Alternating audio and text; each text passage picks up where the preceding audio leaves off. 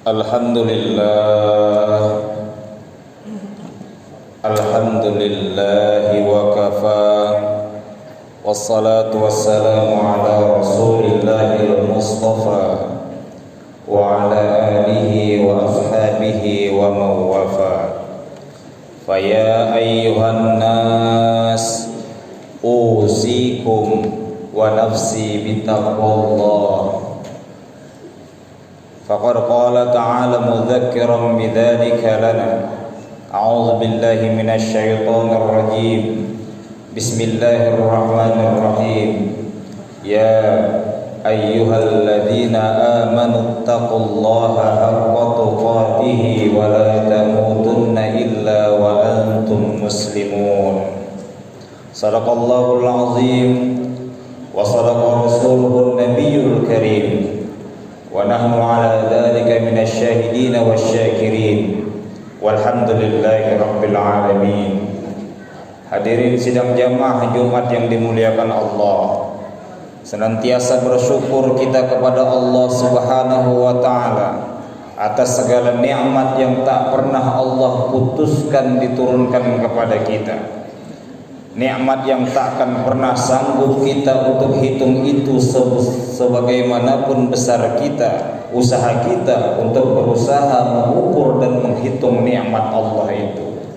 Di antara sekian banyak nikmat yang diberikan Allah Subhanahu wa taala, ada dua nikmat yang paling besar kata baginda Rasulullah sallallahu alaihi wasallam, ni'matani 'azimatani. Ada dua nikmat yang paling besar, al-imanu wal islam, yaitu nikmat iman dan nikmat Islam.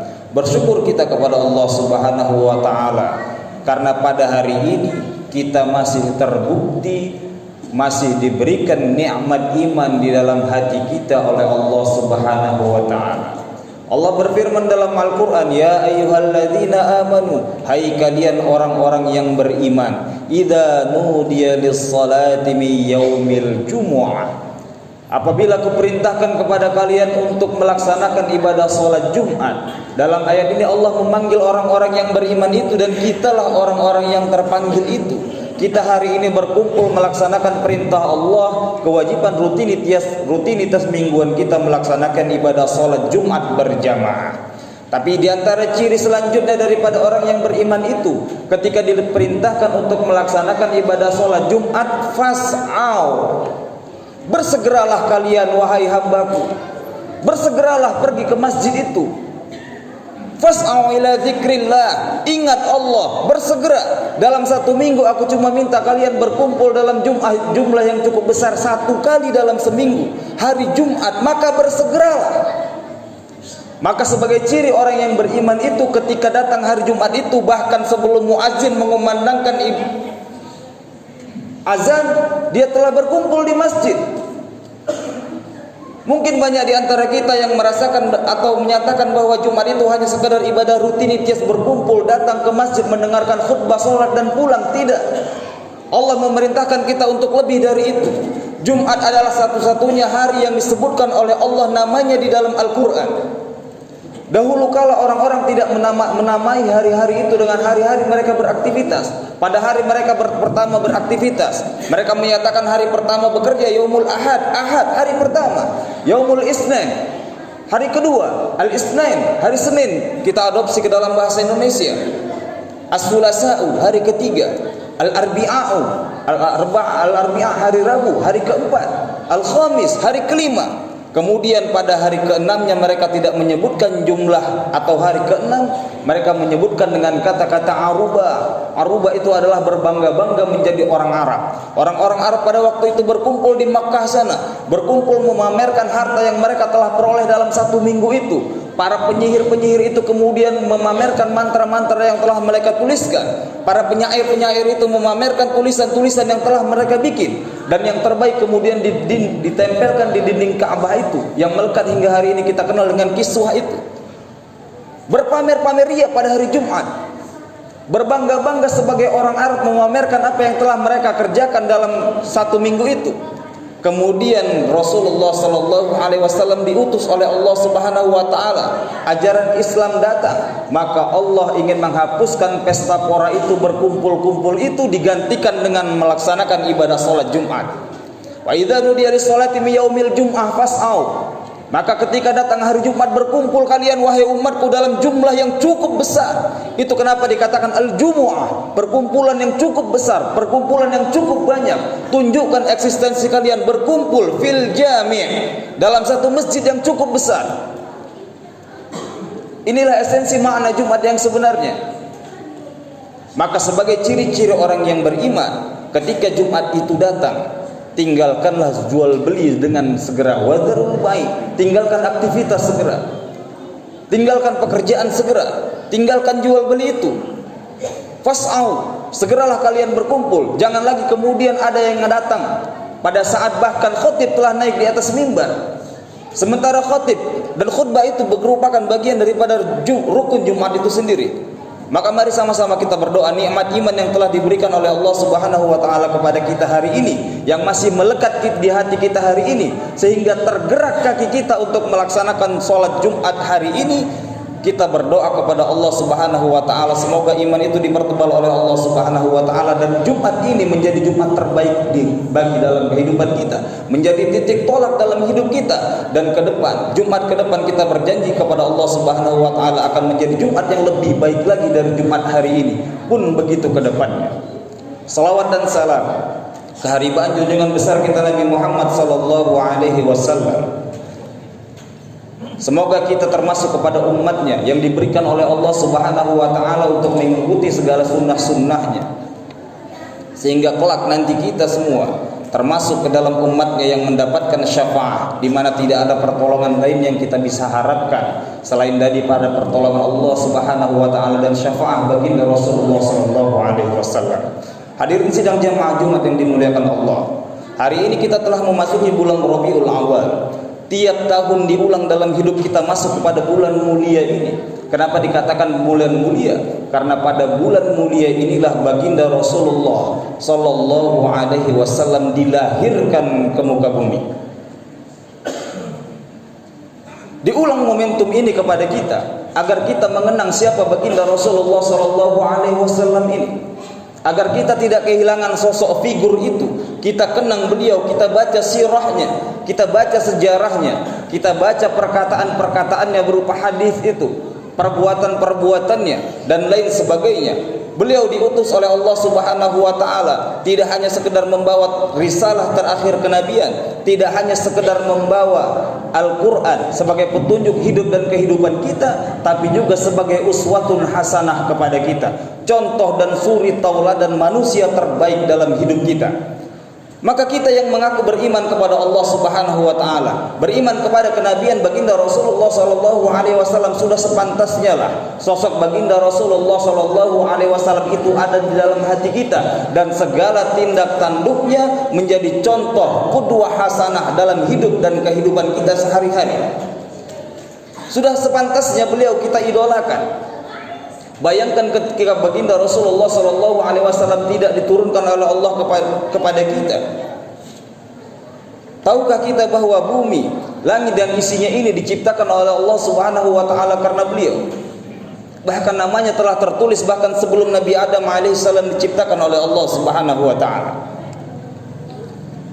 Maka ketika memasuki bulan Maulid ini, ketika memasuki bulan Rabiul Awal ini, mengingatkan kembali kita, wahai manusia, ada contoh manusia mulia di muka bumi ini, maka jadikanlah beliau sebagai contoh hidup dalam kehidupan kalian. Tanamkan pada jiwa anak-anak kalian bahwa ada seorang hebat yang luar biasa yang membawa ajaran Allah Subhanahu wa taala. Tanamkan itu dalam jiwa anak-anak kita. Kenalkan mereka kepada baginda Rasulullah sallallahu alaihi wasallam. Jangan sampai hati mereka diisi oleh orang-orang yang tidak jelas siapa rimbanya. Jangan sampai kemudian anak dan keturunan kita mempunyai idola selain baginda Rasulullah sallallahu alaihi wasallam. Bagaimana hikayat hidupnya? Bagaimana ketika beliau masih kanak-kanak? Bagaimana kemudian ketika beliau menjadi saudagar? Bagaimana kemudian beliau menjadi seorang kepala rumah tangga, menjadi suami dan menjadi ayah. Bagaimana kemudian beliau menjadi pemimpin sebuah negara. Bagaimana kemudian beliau sebagai pemimpin agama Islam ini. Contoh dari tidur ke tidur lagi kita telah dicontohkan oleh baginda Rasulullah sallallahu alaihi wasallam. Maka setidaknya dalam satu tahun sekali masuk di bulan Rabiul Awal itu kita kenang baginda Rasulullah sallallahu alaihi wasallam. Kita rayakan hari kelahirannya. Suatu ketika baginda Rasulullah sallallahu alaihi wasallam datang ke masjid, kemudian mereka melihat baginda Rasulullah melihat para sahabat berkumpul. Apa yang sedang kalian lakukan di sini wahai para sahabat? Kata baginda Rasulullah sallallahu alaihi wasallam, kami sedang berkumpul ya Allah, ya baginda Rasulullah, bersyukur atas segala nikmat yang telah diberikan oleh Allah kepada kami, dan nikmat telah diturunkan dan diutusnya engkau menjadi nabi dan rasul Allah. Sahabat berkumpul mensyukuri itu.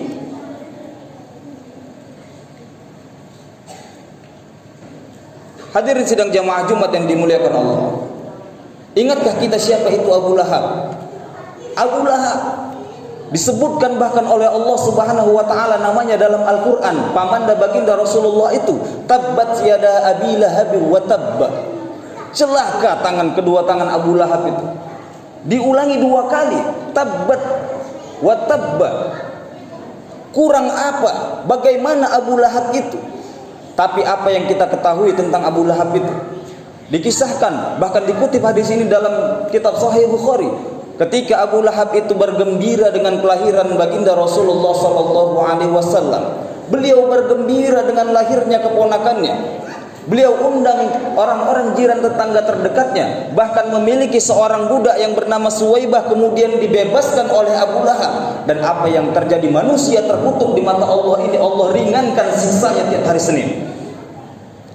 Bagaimana mungkin kita tidak diperintahkan untuk bergembira terhadap kelahiran baginda Rasulullah sallallahu alaihi wasallam? Bahkan manusia yang jelas-jelas telah dikutuk Allah Subhanahu wa taala diringankan siksanya karena lahirnya Nabi Muhammad. Bagaimana mungkin ada sekelompok orang yang mengatakan bahwa mereka yang bergembira karena kelahiran baginda Rasulullah sallallahu alaihi wasallam telah terjerat dalam perbuatan bid'ah. Wa kullu bid'atin dhalalah wa kullu dhalalatin finnar. Bagaimana orang yang bergembira terhadap lahirnya baginda Rasulullah sallallahu alaihi wasallam dikategorikan orang yang akan kekal di dalam neraka selama-lamanya. Waliyadzubillah. Na'udzubillah. Apa yang dilakukan orang ketika bergembira dengan kehadiran Rasulullah sallallahu alaihi wasallam itu apa yang kita lakukan selama ini? Kita keluar dari rumah kita berkumpul bersama di masjid untuk mendengarkan ceramah. Man kharaja fi talabil ilmi fa huwa fi sabilillah hatta yarji'a. Barang siapa yang keluar dari rumahnya berniat menuntut ilmu karena Allah Subhanahu wa taala, maka sungguh dia sedang dalam keadaan syahid apabila dia meninggal. Ketika dia meninggal dalam perjalanan menuntut ilmu itu, dia sedang dalam keadaan fisabilillah. Kata baginda Rasulullah sallallahu alaihi wasallam. Masuk kita ke masjid, ibadah, sunnah. Kita duduk di masjid, sunnah, berkumpul, bertemu dengan tetangga, saling bersalam-salaman, terhapus dosa, itu sunnah Nabi. Apalagi yang dilakukan orang ketika merayakan maulid itu, mendengarkan orang membaca Al-Quran. Jangankan membaca Al-Quran, mendengarkannya saja merupakan ibadah. Ketika kita diam, di mana letak bid'ahnya? Apalagi yang dilakukan orang ketika berkumpul dalam majelis maulid. Mereka berselawat kepada Nabi, memuji-muji Nabi. Apa yang salah di sana? Innallaha wa malaikatahu yusholluna 'alan nabi. Bahkan Allah dan para malaikatnya berselawat kepada Nabi. Bagaimana mungkin orang yang berselawat kepada Nabi dikatakan masuk dalam perbuatan bid'ah? Ada ceramah agama di sana, diceritakan siapa baginda Rasulullah sallallahu alaihi wasallam itu, dikenalkan sosok baginda Rasulullah sallallahu alaihi wasallam itu kepada anak-anak kita, ditanamkan bagaimana ketika beliau hidup dalam kehidupannya, ketika menjadi anak-anak, remaja, dewasa dan seterusnya, menuntut ilmu, mendengarkan ceramah, mendengarkan kisah, kewajiban dalam Islam, kewajiban dalam Islam. Maka hadirin sidang jamaah yang dimuliakan Allah Subhanahu wa taala, kenanglah baginda Rasulullah sallallahu alaihi wasallam ini. Beliau senantiasa mengenang kita.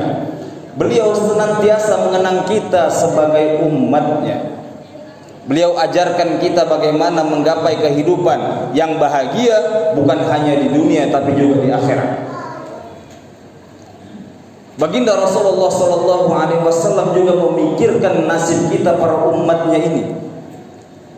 Bagaimana setelah hidup kita di dunia ini, manusia mulia ini yang juga wafat di Rabiul Awal itu, ketika ingin dicabut nyawanya oleh Allah Subhanahu wa taala, apa yang dia pikirkan? Ummati, ummati, ummati, umatku, umatku, umatku. Saking khawatirnya beliau ketika ingin dicabut oleh Allah Subhanahu wa taala nyawanya, maka dijanjikan pada saat itu bahwa wahai Muhammad, tidak akan ada kaum manapun yang akan masuk surga setelah umatmu ini seluruhnya masuk ke dalam surga. Disitulah kemudian baginda Rasulullah SAW merasakan ketenangan.